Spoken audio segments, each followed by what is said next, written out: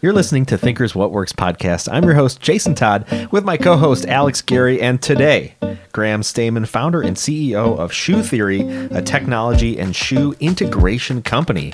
Graham, welcome to the What Works podcast. Thank you so much, Jason. Thank you so much. I'm proud to be on here, and I'm glad to do this podcast with you guys. This is going to be fun. So talk to me about this technology and shoe integration company. What does that mean? Yeah, so the whole idea behind Shoe Theory when I started it was theorizing what I could do with shoes, and now it's kind of pivoted into what can I do with shoes and technology, and how can I integrate them? Like what?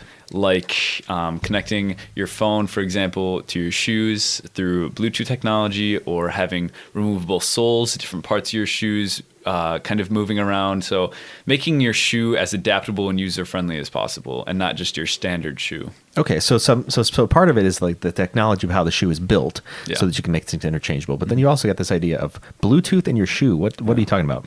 Yeah, so Nike actually did a similar idea a few years ago with a little Nike like chip inside your shoe. Mm-hmm. But I remember that. It didn't work out as well as I think they hoped it did because of a number of reasons. But I think having a similar idea in which you can kind of integrate health into your shoes, similar to how Fitbit does, but just with your shoes, would be an interesting way to use your footwear. With that, you can also do things like smart insoles. So you can actually, now they're coming out with incredible technology of basically temperature controlled insoles. So heating or cooling of your insole in your shoe. It's insane. And It's so ridiculous. where's the power for that come from? That is, I think, a tech company out in Silicon Valley. So, like, my idea was to like lease that technology and start to integrate it into shoes. Okay, gotcha. Yeah. So I also had a shoe company startup a couple years ago. So you're thinking that, so just to clarify this idea of like a Fitbit type of thing where it's counting your steps from your arm, which is an odd thing to do, but I understand the tech behind it. You're talking about, well, maybe you could just count your steps, from your steps. Yeah, exactly. Okay. Yeah. Cool. Much simpler. Well, let's take a step back. So last week, I heard Graham talk at the Beloit Startup Night, right? Mm-hmm. Yeah. Because, Graham, you're only 19 years old, and you told a funny story. Your parents both have master's degrees?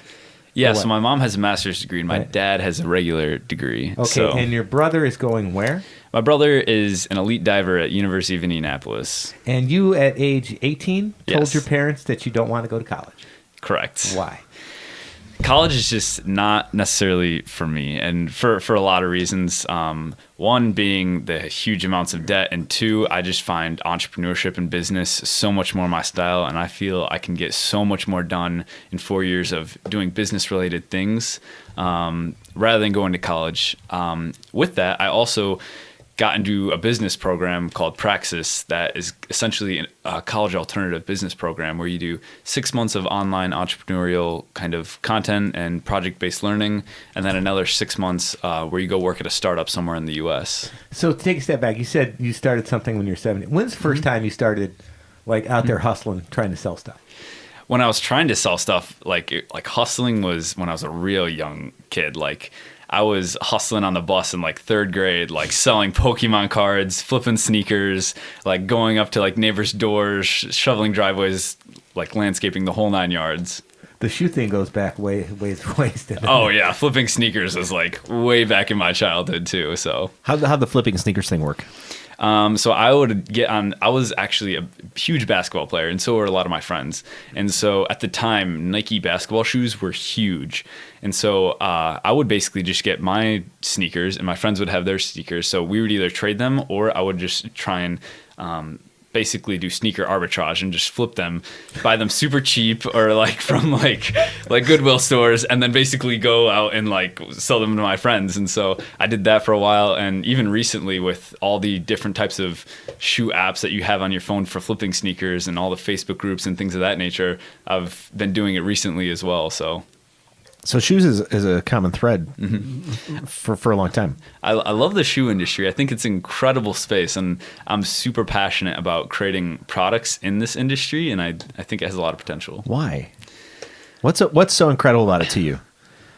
I don't know. I guess I'm just a little weird. Basketball. Well, okay, so you're a basketball player, right? Yeah, Basketball players are into their shoes. that's Yeah. true. They will, they will work 3 jobs to get the best, get the best pair. So that's part of it. Yeah, I started off as a sneakerhead, I think a little bit. And as I've kind of gone through sports, through basketball, through track and field, I skated a little bit before, all these different sports, I noticed one common theme is that there's so many different types of shoes, and there's so much potential for a variety of shoes, material, how you can make up shoes, a lot of different ways to go about entering that industry. And so I've always been very focused on trying to get myself into the shoe industry. So now that you're not even trying to get yourself in the shoe industry, you actually are in the shoe industry. Yeah. Tell me, what's that process been like for you? Oh man, it's been crazy. Because I originally started off not knowing necessarily how to really even build or manufacture shoes. And so I started off just with a sketch of a shoe, and I said, all right, like, what can I do to make this become a reality? Yeah. And I put it into Adobe Illustrator. I mocked it up. I was like, okay, I guess I got to get the specs for it now and figure out how I would manufacture it. And so I learned that you have to make something called a tech pack, short for a technical pack, which has all the information a manufacturer needs to basically give you a quote on producing your shoe or start manufacturing your shoe. And so I built up this whole tech pack. It's a huge, long, full 18-page document with all sorts of types of specs. And then from there, I started sourcing for a manufacturer, and eventually I found a manufacturer an hour outside of Singapore and got a shoe deal. So now I'm actually wearing the first models. How did you find a manufacturer outside of Singapore? Did you just like hop on the web, or did you get some help along the way? Yeah, I definitely had some help along the way. I originally was looking into like shoe sourcing agents, which are people who would just source for you. And then I kind of talked to people like a man named down at Runner's Image, originally helped me a little bit with kind of thinking about how you would get into wholesaling or how would you potentially get into manufacturing. And so he gave me some interesting insight, which is to go on to essentially Alibaba or Thomas.net, which is a couple places where you can find manufacturers and suppliers and things of that nature. And so I went on to Alibaba and went through and basically emailed and messaged a ton of manufacturers until I got the deal that I wanted, and here we are. Awesome. So you have shoes all ready to rock, and they're being sold now. We're in pre-orders right now. Okay. So I'm actually wearing the first models right now. Yeah. So we do have them manufactured, but we are in the pre-order stage right now. How many? Well, I was going to say, next week, this will come out Tuesday right before Thanksgiving, and you have how many days left in your Kickstarter campaign? We have 14 days left on the Kickstarter. So that's what kind of we rushed him in here, so we get it out there for him. Yeah. Well, that's good. It's around Christmas time and Thanksgiving and all that stuff, too. It's Absolutely. Good. It's good timing for you. So the Kickstarter campaign, has that been going well for you? Yeah, it's been going pretty well. In the first week, we had around $700 in pre-orders, which was pretty good. And now we're closer to $1,000 in pre-orders, which is really good. We need total 84 pairs sold before we can start mass production. So we're almost 20% of the way there. Really? Okay, nice. So you did all this work on Mm-hmm. how do you make it, right? Now the next step is how do you sell it? Mm-hmm. Right? Now you've been in sales, like off and on since third grade.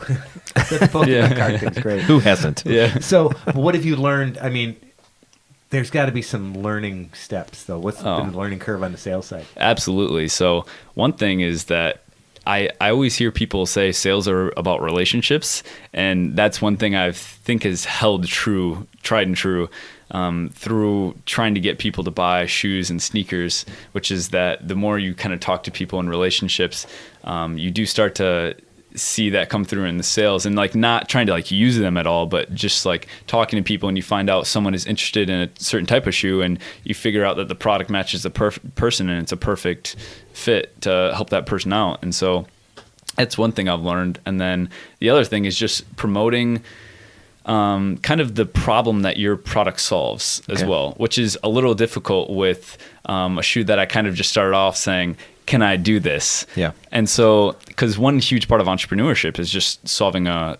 problem so you can get out in the marketplace. Yep. And with this shoe, I've noticed one problem I accidentally kind of solved was making a higher durable shoe for extreme athletes is one thing. And so I've actually tested this shoe among extreme skateboarders, BMX athletes, and a lot of extreme athletes, and it's held up incredibly well compared to some of the competitors' shoes and sneakers, which end up getting holes and all kinds of tears and rips in them. Interesting.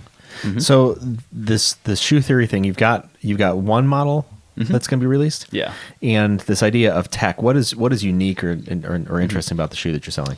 So this initial shoe is really a base model to kind of get us up to the point where we can start making crazy technology into shoes. But this shoe does have, I mean, it's an incredible shoe, and it's very above average than a lot of casual shoes in the market or extreme shoes in the market. And so it's got a thicker canvas upper, which is the type of material that you use for the main, I guess, holding of your foot part of the shoe. And then it's got a vulcanized rubber sole on it, so that's also way more durable than your average shoe, and it's got a nice leathery kind of finish around the opening of the shoe, which makes kind of stepping into it really awesome. So as far as material technology, we've kind of upgraded from your regular casual shoes, and then the actual like tech part of it will be integrated later on. So interesting. So when you decide to get into this shoe thing, what kind of research did you do in that space? 'Cause it seems like a crowded space. But everybody has shoes and lots of pairs of shoes. Yeah. I originally, my research started on my first shoe venture, which was when I was 16. And so I was going through the Hananiga incubator program, and me and a team of 4 people actually tried to make a track shoe for track athletes that had a removable sole. So that's where my kind of removable sole idea came from. And why? What would that fix? That would fix. So funny enough, the problem is that I was a track athlete at the time, and I kept finding these problems with going on cement or having indoor, outdoor meets or different types of. And so there's so many different types of track shoes. There's triple jump, high jump, sprinting, long distance, indoor, outdoor. And we kept finding all these problems with you'd either have to buy multiple shoes to get top performance, or you weren't able to afford it and you just have one pair of spikes and that'd be it. And so we started developing a shoe that had a removable sole so you could have different types of tread for indoor, outdoor, fixing the problem of being able to have one shoe that did like 7 different things. And so we pursued that venture for a year. We had investors involved, and we had patent lawyers, engineers, the whole 9 yards. And then at the end of the day, the production company that we were working with told us that it would take $100,000 to $400,000 to get to market, which for high school students is like a no-go instantly. So yeah, so that was a fun venture. And during that time is when a lot of my research happened into the manufacturing market shares of competitors and all that snaz. So what have you done differently this time? Yeah, so this time it's been an interesting process. I've started off with a more basic model shoe that wasn't as complex, but I've also learned an enormous amount about sneakerheads and about the industry as a whole rather than just track and field. And so instead of going just for track athletes, I'm now going towards extreme athletes and a myriad of other... Well, they last longer. They last longer too, right? Yeah. I mean, extreme athletes are like in their 70s. Yeah. Track athletes pretty much down when they're 22. Yeah. I'm curious about the team building. So you worked with 4 people at Hananiga, right? Yeah. Who's on your team now? Just me. Just you. I've done all this. Is that by choice? Or did you have team members and you're like, you know what, it didn't work out?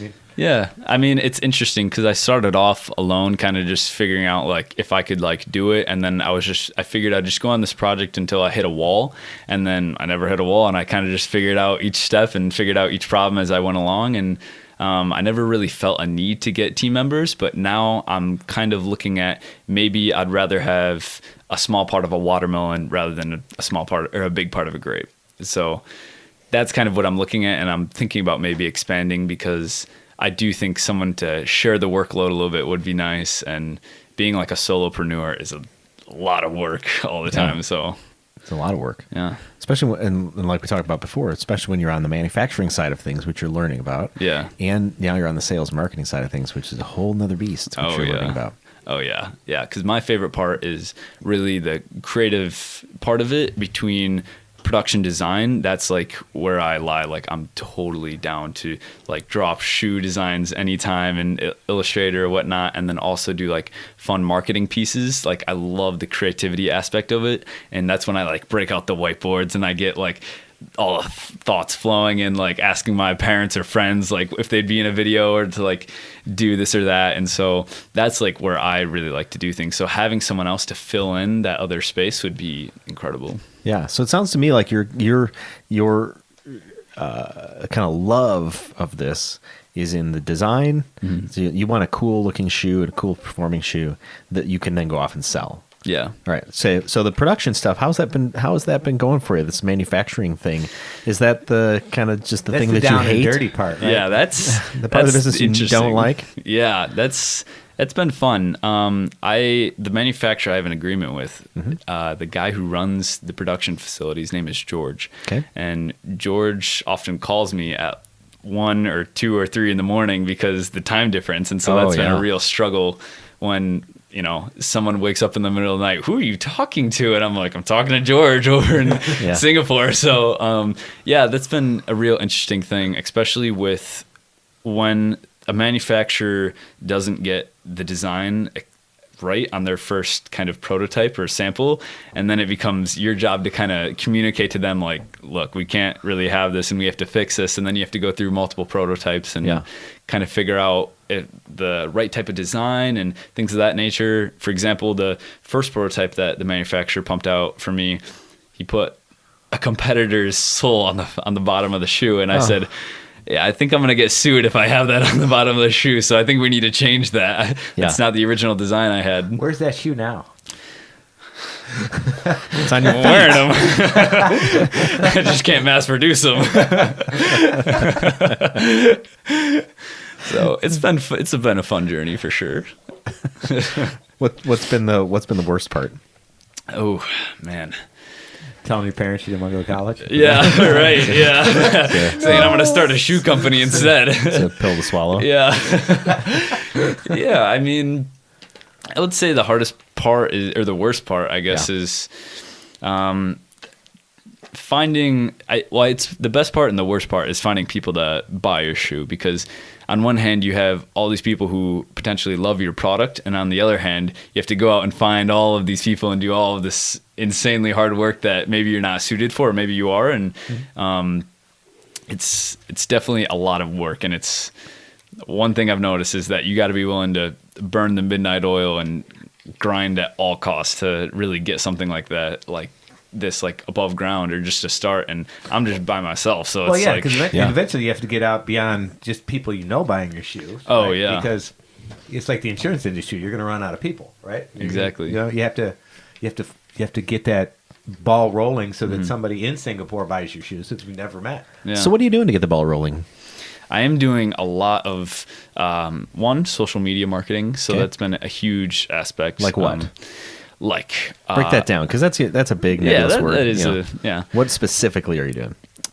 So one thing that we're doing is extreme videos on Twitter and Instagram. Which has been really fun. So I talked about how I tested these shoes with extreme athletes, and that's where you can see some of these videos. And so I've been... You've been getting skateboarders to wear your shoes and crash? Oh, man. Let me tell you a story real quick. So the first time I had a biker basically try these shoes on, and I said, hey, man, like I was just wondering if you could do a backflip in these shoes real quick. And he said, yeah, definitely. Like, no problem. I can definitely do that. I said, okay, the one thing is this the only pair that we've manufactured. So you can't screw them up, or you can't fall or do anything. That would be like worst case scenario. And he was like, yeah, no problem, man. Like, I got it. And he pursued to go up this ramp, do a backflip, and he landed wrong. And so his feet drug behind him for 30 feet. And that's how I figured out how durable the shoes really are, because then we looked at the shoes and there was not a mark on them. Really? Like, really, yeah. There was a little like scuff, but I cleaned it off at home, and it was like not. Yeah, but what was going through your mind as you was dragging your shoes across? Well, I was holding the camera too, and I was like, "Holy cow!" Like, I instantly freaked out. I'm a terrible person. I checked the shoes were okay first before him. I was yeah, no, totally. I do the same thing. And then he was like, "So we're gonna do another one real quick," and I was like, "Bones heal, all right? Totally. Yeah. Shoes you got to replace. Bones Oh my heal. gosh, Yeah. yeah. That shoe's probably as expensive as expensive as fixing your foot. Yeah. If we want to talk, brass tacks here. Yeah. So you've gone off and you've had people in your shoe doing extreme things. Yeah. To prove the durability of it, but also to align yourself with, hey, this is a cool shoe for cool people.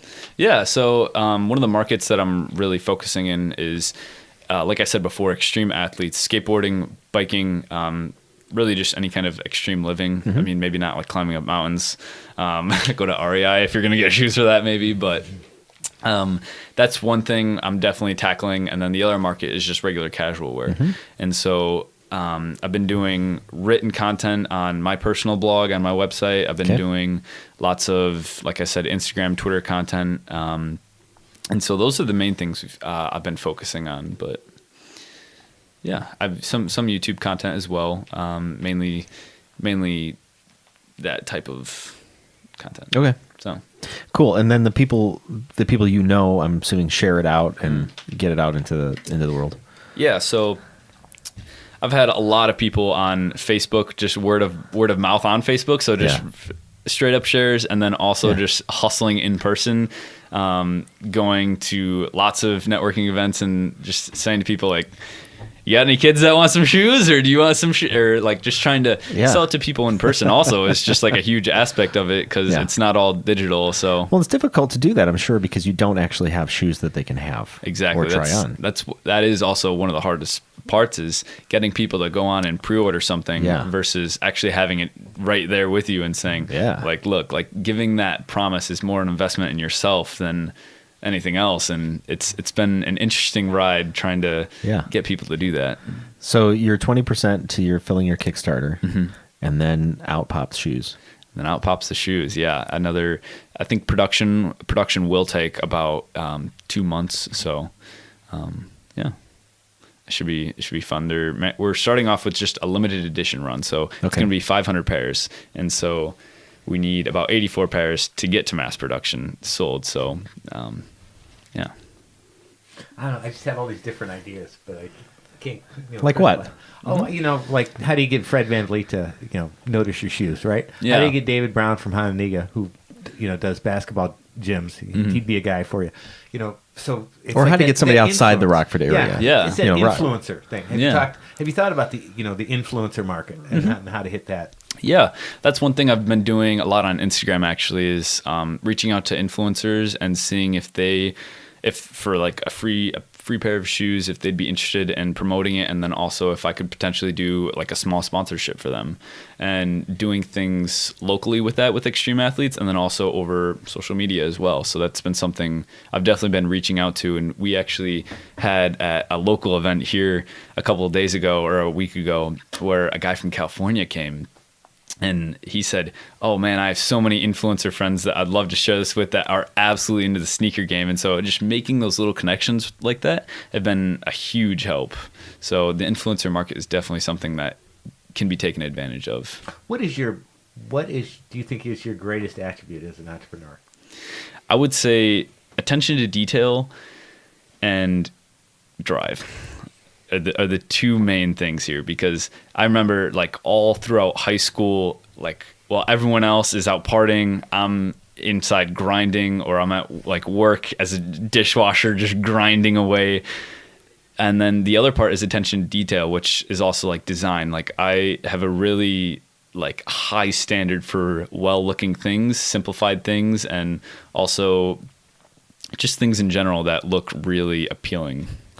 So I think those two things help me enormously, because if you look at a lot of the great entrepreneurs, they have two skills, which is one is mainly design, and then the other is coding or some other aspect like financial accounting or sales or something of that nature. You look at Elon Musk, he is absolutely into design and engineering. Bill Gates is coding and design. Steve Jobs is design and engineering. So I think a lot of entrepreneurs have that design piece, and then obviously drive is one of the most important things, I think.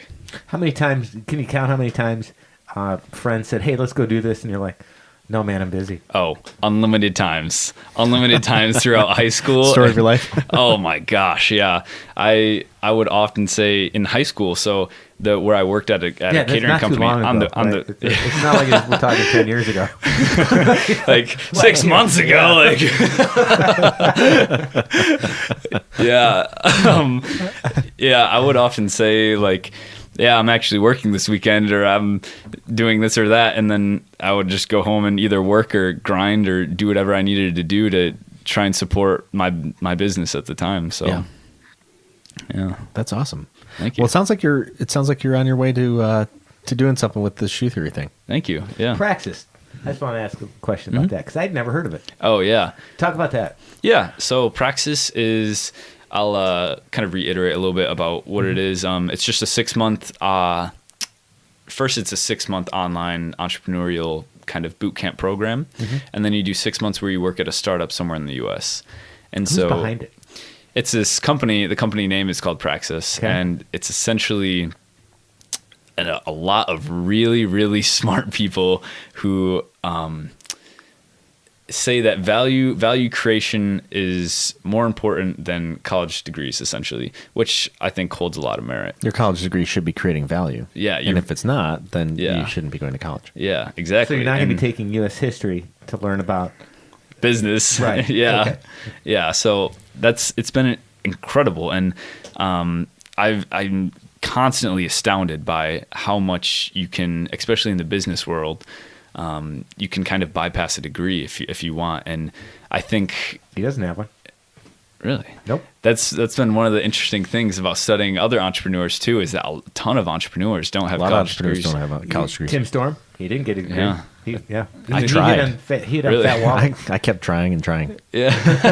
I did. Yeah. I did. It was so stuck in my mind that I'm supposed to do that I just kept going back. It never worked out for me, but that was by choice. Yeah. And so Praxis is full of college opt-outs and college dropouts who didn't drop out because they failed, but rather they dropped out because...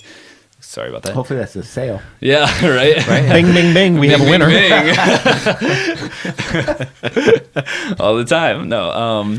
So, yeah, it's full of college opt-outs and dropouts who are just incredibly like smart and intelligent about what they're doing, the value they're creating for startups, and things of that nature. I remember the first time I got on like a Zoom call with some Praxis participants, and they were talking about the manufacturer that they were going to use for like creating XYZ product and like using Bitcoin to do XYZ. And I was just in astonishment, like, holy cow.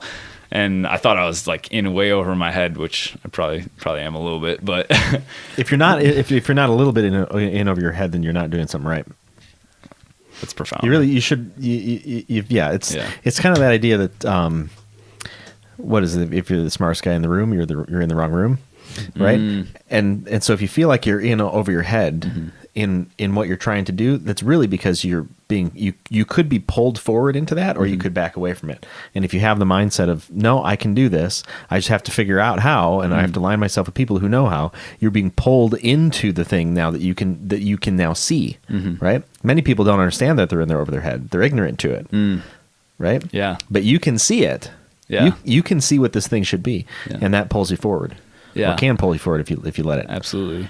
And the other thing I learned about that is also that everyone really just has different strengths and weaknesses. So I might not have the same strengths as those guys who were talking about like Bitcoin and things of that nature, but I do have things in other fields that I feel like I can compare, maybe go forward ahead of them. I have a feeling if this really takes off, you're not going to be spending your day working on shipping. You'll probably bring somebody in to work on shipping, right? Yeah. I just can't imagine you sitting going, this is fun.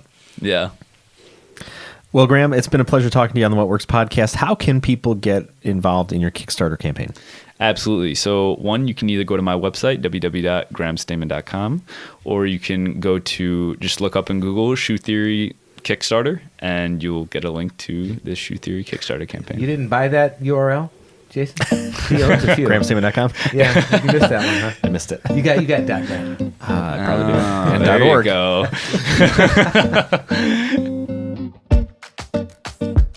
The What Works podcast is a production of Thinker Ventures. Learn more at thinkerventures.com.